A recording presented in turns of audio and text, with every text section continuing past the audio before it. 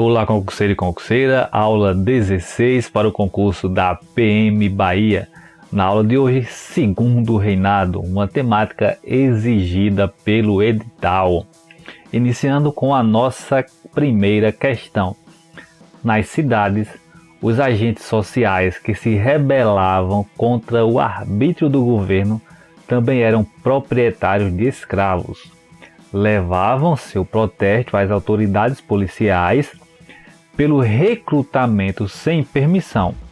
Conseguimos levantar em ocorrências policiais de 1867, na província do Rio de Janeiro, 140 casos de escravos aprisionados e remetidos para a corte para serem enviados aos campos de batalha.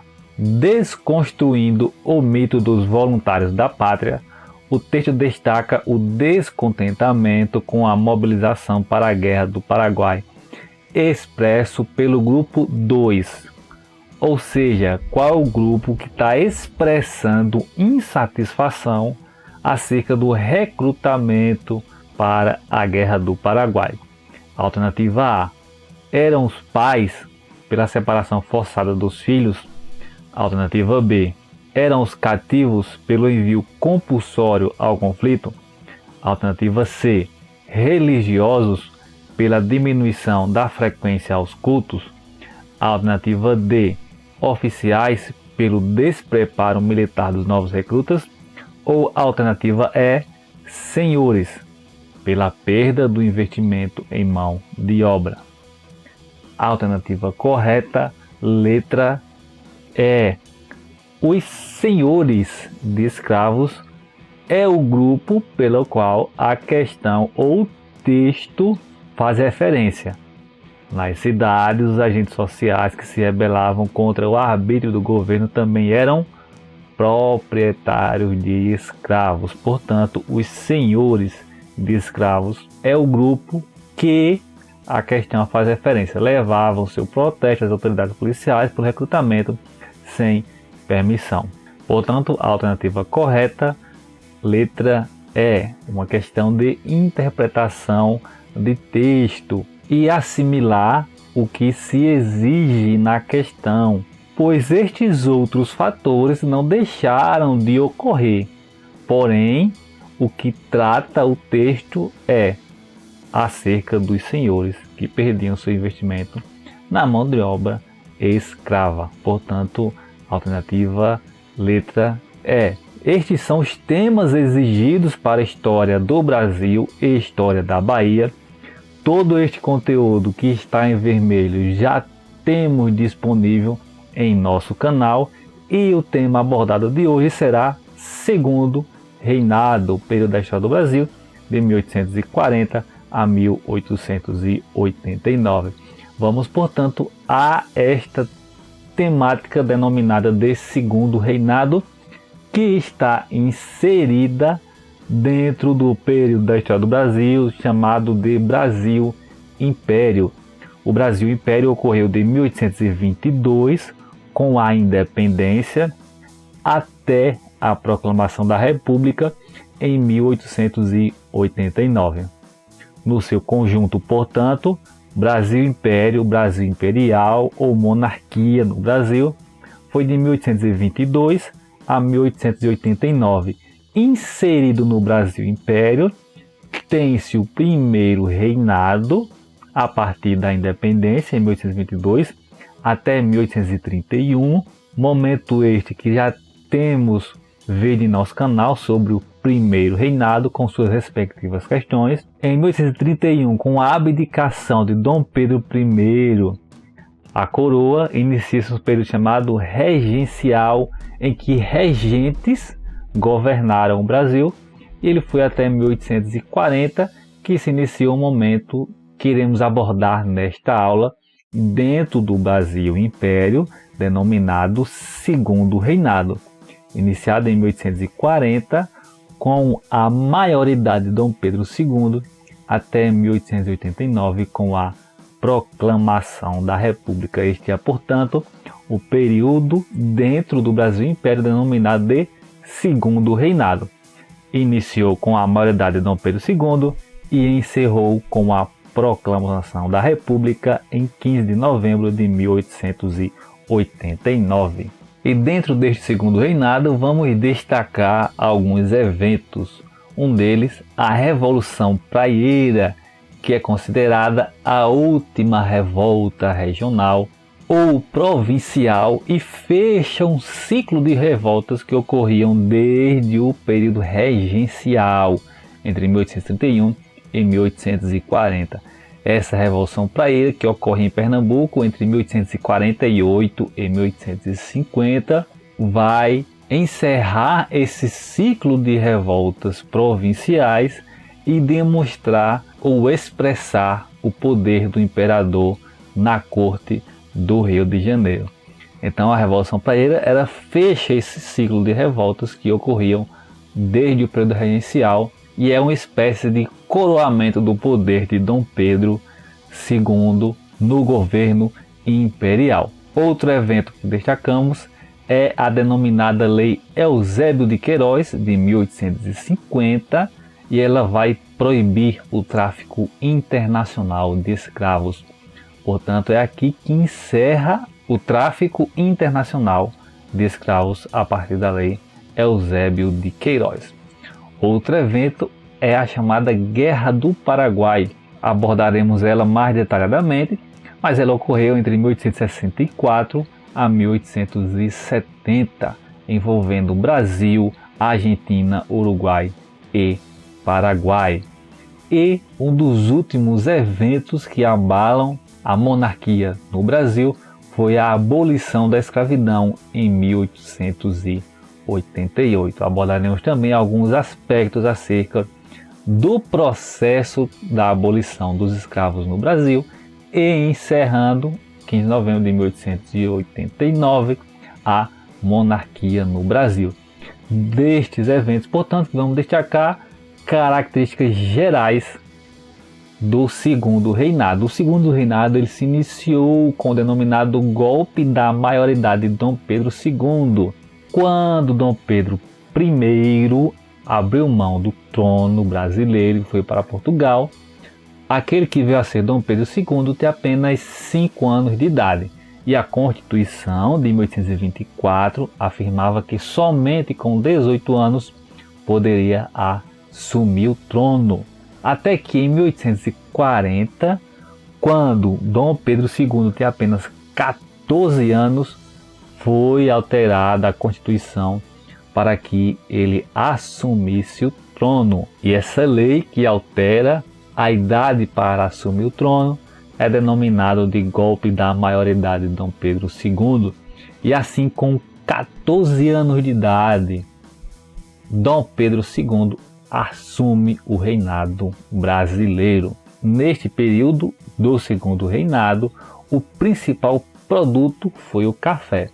Tem outros produtos, mas aquele que tinha maior impacto na economia nacional era o café. Mão de obra escrava, que foi abolida somente em 1888, tendo aí o Brasil um dos últimos países a acabar com a escravidão. E incentivo à imigração, a gradual substituição da mão de obra escrava pela mão de obra imigrante. Temos aí, portanto, estas características gerais do segundo reinado. Principal produto, café, mão de obra escrava e incentivo à imigração para substituir essa mão de obra escrava por imigrantes. A Guerra do Paraguai, que ocorreu no segundo reinado, entre 1864 e 1870, foi um conflito que está relacionado às disputas pela região do Rio da Prata. As disputas por esta região já foi abordada na Guerra da Cisplatina, em que envolveu o Brasil. O Uruguai era ou foi anexada como província da Cisplatina, foi anexada ao Brasil, e a partir de 1825 ocorre uma guerra que vai desencadear a independência do que atualmente é o Uruguai. E esta região aqui é conflituosa desde os tempos coloniais, em que se disputava esta região a coroa espanhola com a coroa portuguesa. Então, portanto, uma região de bastante instabilidade que passou aí pela Guerra da Cisplatina, e agora vamos abordar um outro conflito nesta região, denominada de Guerra do Paraguai. Note que o Paraguai não tem acesso para o mar. Um dos objetivos desta guerra, partindo do Paraguai, era ter acesso direto ao mar. E esse objetivo do Paraguai vai levar a conflito com os seus países vizinhos, que são Brasil, Argentina e, neste momento já era independente, o Uruguai. E a guerra ou conflito se inicia com o aprisionamento do navio denominado Marquês de Olinda e a invasão do Mato Grosso, no centro-oeste do Brasil. Esse território foi invadido pelo Paraguai, com isso iniciando a guerra entre Brasil e Paraguai. Posteriormente, o Paraguai também vai entrar em conflito com a Argentina e com o Uruguai. Isso vai levar a um acordo entre Brasil, Argentina e Uruguai para combater o Paraguai. Este acordo entre estes três países ficou conhecido como Tríplice Aliança. Aliança entre Brasil, Uruguai e Argentina para combater o Paraguai. A guerra que se esperava fosse curta se tornou longa, e aí praticamente o Brasil que vai levar por muitos anos à frente esta guerra, gerando muitas despesas para o Estado brasileiro, bem como muitas perdas de pessoas, de combatentes, bem como um difícil recrutamento das pessoas para combater na Guerra do Paraguai. Então é o Brasil que leva à frente por muitos anos este conflito com o Paraguai. E ele chegou ao fim somente em 1870, quando o presidente do Paraguai, Solano Lopes, faleceu combatendo aí a guerra, chegando assim ao fim este longo conflito em que tiveram muitas perdas e muitas mortes, denominado de Guerra do Paraguai, que envolveu Brasil, Argentina e Uruguai em uma aliança contra o Paraguai. Esta foi assim a Guerra do Paraguai.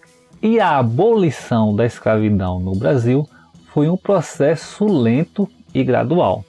Uma série de medidas ao longo do segundo reinado vão dificultando a manutenção da escravidão. E uma delas é a denominada Lei Eusébio de Queiroz, de 1850, que proibiu o tráfico internacional de escravos. A partir daí, estava proibido trazer escravos da África para o Brasil.